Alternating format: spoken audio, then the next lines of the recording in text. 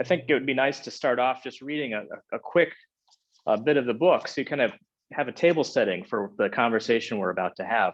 One thing I'll say is that when I started writing this book in 2018, I thought it was going to be a book about the collapse of Tesla. And in reality, it was about a remarkable corporate turnaround. And so this is from early in the book. So great are the barriers to entering the car business that the last major new US car maker to emerge that is still around today was Chrysler. That was 1925. Or as Elon Musk likes to remind people in playing up the outrageous long shot he is taking, only two US car companies have not gone bankrupt, Ford and Tesla. So you'd pretty much have to be delusional to enter such competition, which some think Musk is. But he hasn't shrunk from the challenge. Instead, he has willed himself and his company to where the lofty visions of Silicon Valley meet the harsh reality of Detroit. His big idea is that in Tesla, he can make electric cars really work, that they can outperform their gas-guzzling cousins, that they can outstyle them, out-tech them, save customers billions of dollars a year on gasoline, and in doing so, save the world from itself. But it's a promise that at times obscures the ruthless business and ambition and imperative under which Musk and Tesla operate. Many of us might misunderstand or underestimate Tesla's endgame. They might see the car as a toy for the green conscious family down the block with money to burn, or the status inclined hedge funder with the progressive heir, or else it's the new Ferrari for the walking midlife crisis who just parked next to you at the train station. But these niche existences, they are decidedly not what Tesla is about. And that is why the fate of the company rides on the Model 3, the electric car for the masses. As one Wall Street banker lamented years ago, either they become a niche manufacturer like Porsche or Maserati and make 50,000 high-end cars annually, or they crack the code on a $30,000 car that would put them on the inflection point of a large industrial automaker. That inflection point is the Model 3. I'm looking forward to this conversation. So I used to work with Tim at the Wall Street Journal. And in the other full disclosure, my family drives a Tesla Model 3. We've had it for the last 2 years, but our lease is coming up and we are on the fence about whether to renew it or switch to a Y or switch to some other kind of vehicle altogether. So one of the things I really enjoyed about reading Tim's book is that it helped me understand some of what was going on when we purchased the car and some of what's going on inside the car as we drive it. Some stuff that I think wouldn't necessarily make sense to a lot of ordinary car buyers who aren't members of some kind of special car cult, which oftentimes Tesla acts like its customers are. But let's dive in here with the juiciest tidbit in the book, the one that has ricocheted around the internet over the last couple of days. And Tim, there's this section in the book where you talk about a meeting that may have happened between Tim Cook and Elon Musk. And in this meeting, it was about whether Apple should buy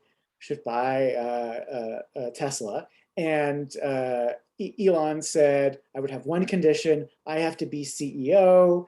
And Tim Cook said, sure, no problem. But Elon said, no, CEO of Apple.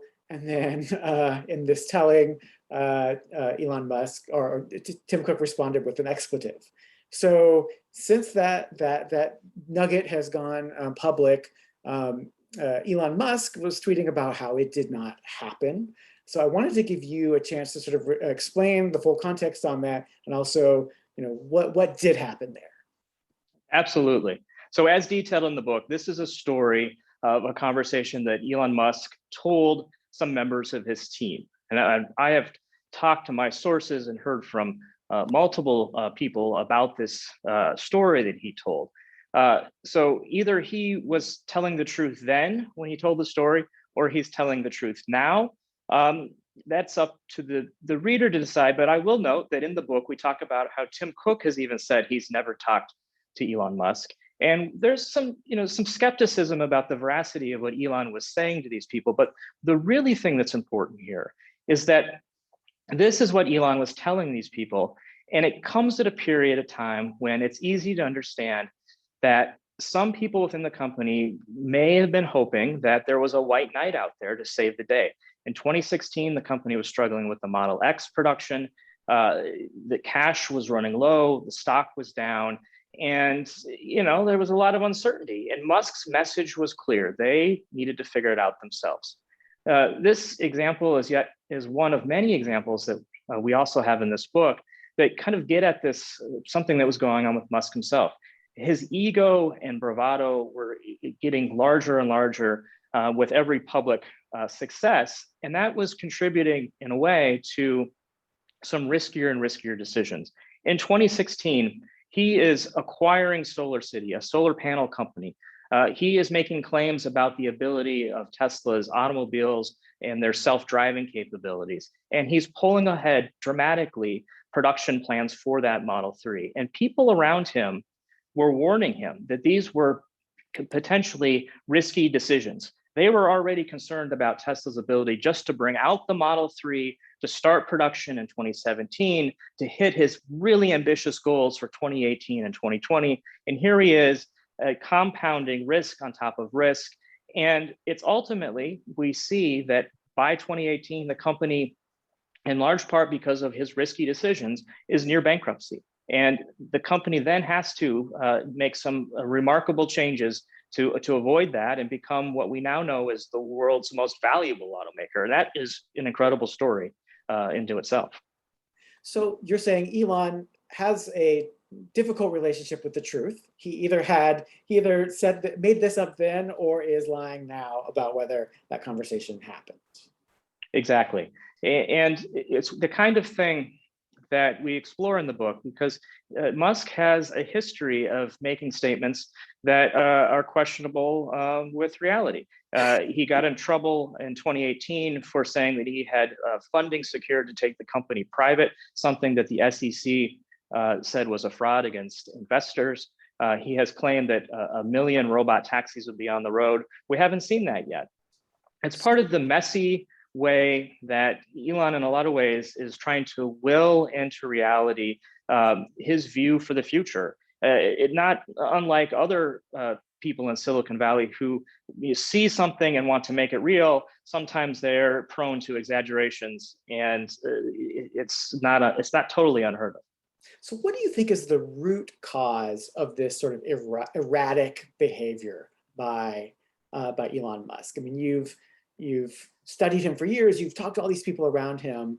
Why does he keep insisting things which are sort of, in many ways, clearly not true? Like that full self-driving is here, or that a car won't need a steering wheel in the next couple of years, or that claims like the Model Y is going to be the most popular car of all time. Does he really believe these things when he says them? Well, the charitable answer would be yes, he does. The other thing that Musk has really mastered is the kinds of optimism, the kind of optimistic statements that have enough, they walk the line enough that he can say it was hope and ambition, and perhaps investors might think are certainties. The company has a long history of being built on hope and ambition, right? In 2003, when Tesla was founded, the idea that a small startup in California would make an electric car that would bring to the world an EV that would make electric vehicles mainstream was crazy. I mean, it was an improbable from the outset. And here we are. They, in a lot of ways, have shaped what we think about as the future of the car. So in some ways, it goes back to the kind of core of who Elon Musk is. And some of that is a little bit of naivete, a little bit of delusion, and a lot of hard-headedness, and the ability to marshal resources to make those dreams come true, right? So at the beginning, when Tesla began, it was largely funded by him. he put his a large part of his fortune and risk essentially going bankrupt personally to get the company going. And when it got to the point where he couldn't afford it to do himself, he had to sell this idea to more and more people. And that is one of his incredible strengths, is the ability to sell a future to people who want to believe in it. And that gives him the power to continue to make these kinds of decisions, to risk more and more, to bring the company to where it is out, to bring the Model 3 out. If you're the, if you're the CEO of General Motors or Ford, you probably aren't going to risk your personal fortune or potentially go into bankruptcy over the hope that an electric car would be successful. You rise the corporate ladder, making plotted decisions that are calculating risk in a different way. Sure. But as someone who follows technology and also just as a Tesla customer, I just keep thinking about it, come across all these moments where I think, like, why can't he just sell cars? I mean, just make a really good car and sell it. That's all Steve Jobs had to do, really, was make a really good phone and sell it. Why does he have to, like, cause all of these distractions with things like, you know, criticizing the Thai diver or claiming he's got the company ready to sell? All these things that are just sort of can seem like distractions is the kind word I would use for them. Like, is sure. Part of his personality just inseparable from that part you were just describing before, which is that ability to sell an impossible vision? Well, there's two things going on. One of the reasons why the idea of Tesla seemed improbable from the get-go is that the auto business is a cash-eating industry. It takes a lot of money to bang metal. And the idea that Tesla would be able to bring out the first car and the second car and have the funds to do that was really hard to believe. And so what he needed to do was sell a future where he could then bring that money in 7-10 years ahead of when he could actually deliver, to get that kind of revenue to generate the business going forward. So in a lot of ways, Tesla really in those early days depended upon promising a future to come. And so it's hard to, to kind of dissect a little bit. It's hard to understand why, now he hasn't changed, because clearly the cars are there, right? But it's in the DNA of the company of selling the future. But something changed in 2016.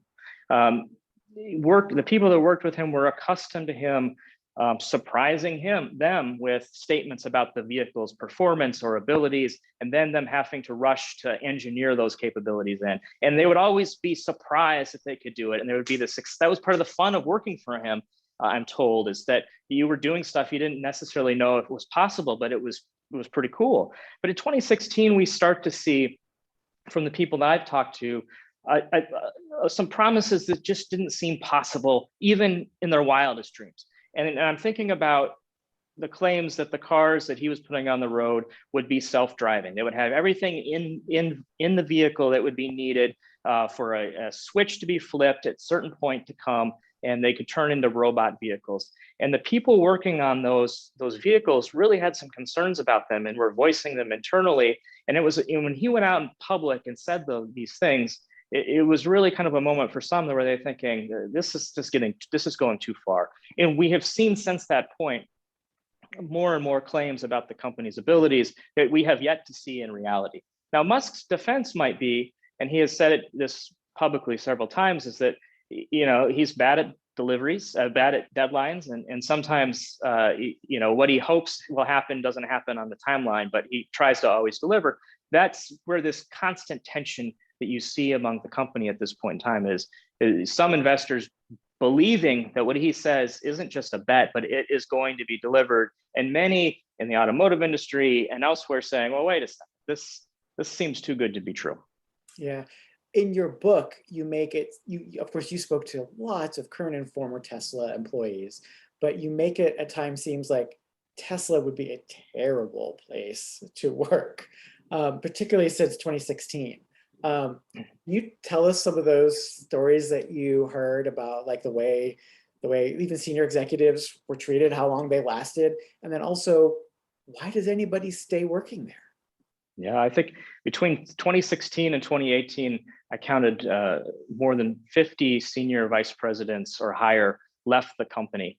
If your title was president at Tesla, the likelihood that you lasted very long was very short. It was very short. He just didn't have a very long career there. Maybe you became tired of him, or he became tired of you. But there's kind of an old saying that you don't want to fly too close to the sun, and Elon being the sun, because eventually you're going to get singed. The thing about it is, for all the stories you hear from people around Elon about some of his antics, his F-bombs or his tirades or his rage firings, there is this, in some ways, great respect and awe of him. People were very inspired by him. And it's something that it's inside the company, there's a sense of mission that Tesla isn't just making another tech item. This isn't a cell phone or ways to sell ads to people. This is building something for people that A, they think is going to be the safest vehicle on the road, and B, is going to usher in a green future that is needed to save the world. I mean, this is the way that the company it thinks about these things. And Musk has really been able to tap into that. And one of the things that I was surprised as I worked on this book was his, and I think it's really underappreciated, his ability to identify talent, to find really smart people out there who also aligned with the way he saw the world, and then motivate those people. And so it comes into play important in 2009, when really he's working on, at that point, Tesla 2.0. A lot of the senior leadership has been flushed. He is now the CEO, and he is hiring the people around him that are really going to bring out the Model S. And the Model S luxury sedan is going to be the car that he needs to define really what Tesla's about, that it's going to help raise the money to go public, to then bring out the Model 3. And he latches on to engineers and designers who really want to do something different. And that was a key, that's a key thing that Tesla has done that you haven't seen elsewhere. You also describe a kind of loyalty that people have to him and build around him. There's like one moment where I think they're trying to figure out how to get cars to people, and so he's got his whole family there, basically in the room together. He's got Grimes, he's got his brother in another city, just all working together to try to get these Model 3s out. So is there this kind of like, what that reminded me of a little bit was like the Trump family. Like, is that kind of how he operates this orbit? Well, his brother's on the board. His brother's restaurant is actually just a few doors down from the Boulder bookstore there in Boulder, Colorado. And the board of directors of Tesla has traditionally been closely aligned with him. And while there might be a lot of turnover of the executive ranks, he has had some people very loyal to him who he has found trust with, that he has kept in that orbit for a long time. So his brother is one of those people. Another one of the board members who recently is transitioning off, Antonio Gracias, was a key person in the founding or in the early days of the company. I wouldn't say it's a family organization per se. His kids are still very young, but he definitely operates Tesla in a way that it's very much his company. You think of kind of his operations. He's also running SpaceX, and he's got some other smaller startups. I kind of think of it as Elon Inc.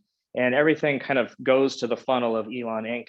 And this can be challenging for some of the Tesla executives, and they would tell stories about trying to figure out, well, was he having a bad day at SpaceX? Because I don't really want to tell him that I'm late on my delivery on this thing. And, maybe that, he's happy over there. Maybe this is a good time to tell him that we're, this other thing is going on. And so, working from him is often trying to figure out how to manage up. I think of an interview I was doing with a former executive, and we were talking about a manager who had risen in the ranks rather quickly. And on paper, this person didn't necessarily seem like a lot of experience, especially the kind of experience you would think that this person would be in kind of a high profile on-demand kind of position. I thought this maybe was a bad sign. And this executive said, no, I was looking at it wrong. This person might not have a long career history, but this person had years of experience of managing up to Elon Musk, knew how to deal with Elon Musk. And that turns out to be one of the things that kind of separates people who stay there and people who do not last very long, is how to figure out how to deal with him and whatever kind of thing he zeroes in on. And sometimes things he doesn't care about, but will care about if they start to have problems.